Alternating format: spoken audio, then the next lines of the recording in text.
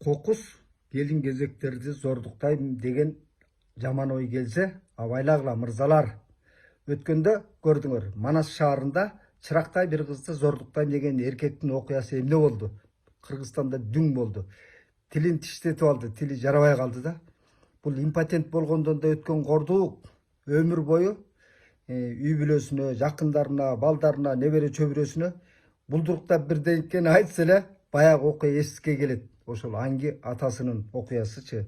Элдин бетин карай албайт көп жагынан,чы.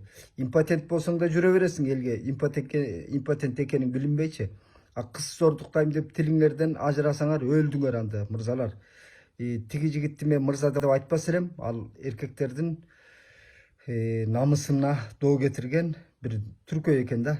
Андыктан мен кыз келиндер аяз аты дегеле назик эркекке эрегишип каруусун көрсөтө албайт. Анан жок дегенде ошентип амал менен тилин тиштеп алганы башкаларга сабак болуш керек.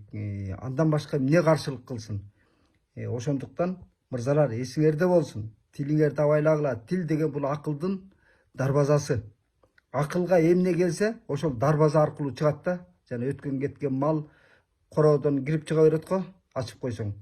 Анан оозуңарды ачып, ошентип тилиңерди тиштетип алсаңар, көргүлүктү көрөсүңөр.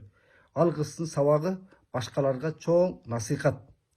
Бул идеям жактыбы, жаккан жокпу? Ошол тилин тиштетип алган мырзага эмне дейсиңер?